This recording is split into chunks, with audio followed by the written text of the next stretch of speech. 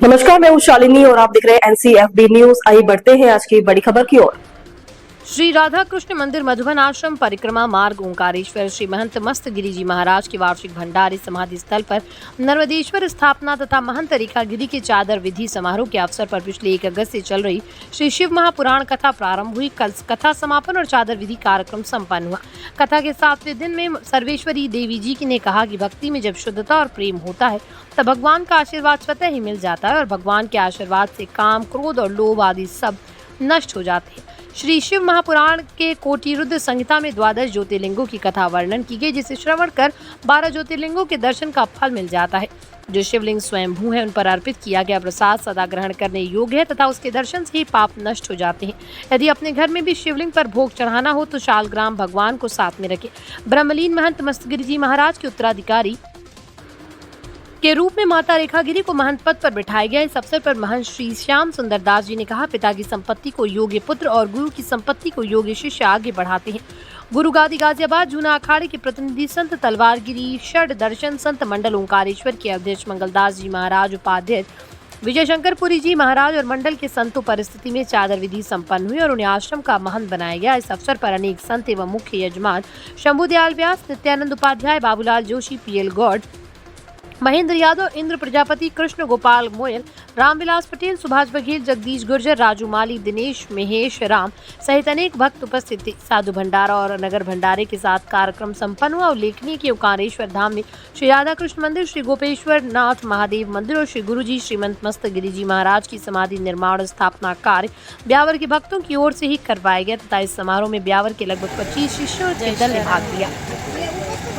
आज शिव महापुराण माँ नर्मदा के पावन तट पर हो रही है। माँ नर्मदा के लिए हमारे पुराणों ने कहा है कि नर्मदा ऐसी एक नदी है जो माँ के रूप में पूजनीय है और हमारे स्कंद पुराण में ऐसा वर्णन आया है कि समुद्रा सरिता सर्वा कल्पे कल्पे क्षयम गता सप्तकल्पक्षयशीणे न मृता ते नर्मदे।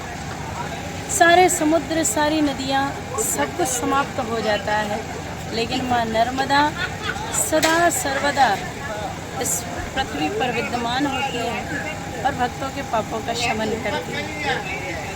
हमारे शास्त्रों में वर्णन है कि त्रिभी सारस्वतम तोयम सप्ताहेन तो यामुनाम सदा पुनाति गांगेयम दर्शना देव नर्मदा। 3 बार सरस्वती में, 7 बार यमुना में और 1 बार गंगा में नहाने का फल मिलता है, लेकिन माँ नर्मदा में केवल आप दर्शन कर लें अगर नर्मदा मैया का, तो दर्शन से ही माँ अमर फल प्रदान करती हैं। तो ऐसी कलयुग की गंगा माँ नर्मदा के तट पर ये पावन शिव महापुराण, नर्मदा के तट पर यदि आप कुछ ही समय भगवान शिव का जाप करते हैं तो अनंत गुना फल की प्राप्ति हो जाती है। ऐसी ओंकार की नगरी और नर्मदा मैया का महात्म्य है जो हमारे शिव पुराण में, स्कंद पुराण में, वायु पुराण में और भी कई पुराणों में माँ नर्मदा की महिमा बृहद रूप से गाई है। ऐसी नर्मदा मैया की हम सदा जय जयकार करते हैं। आज की कथा में क्या क्या प्रसंग हुए? आज की कथा में सबसे मुख्य प्रसंग था भगवान शिव के विवाह का।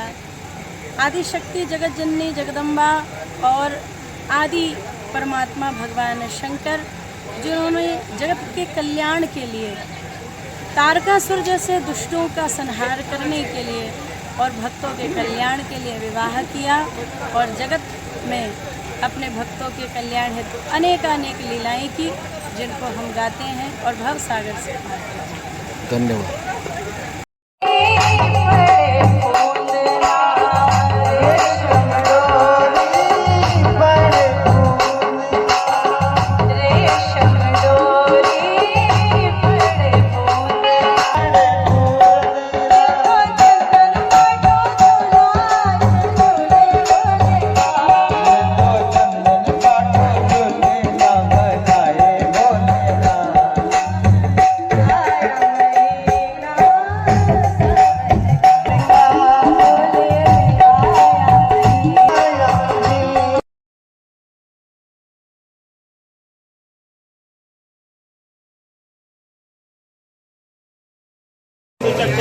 वामक्षेभ्यां भूयासत्वं स्वर्चामुखेन सुषत्कर्णाभ्यां भूयासं मा नमः पार्वते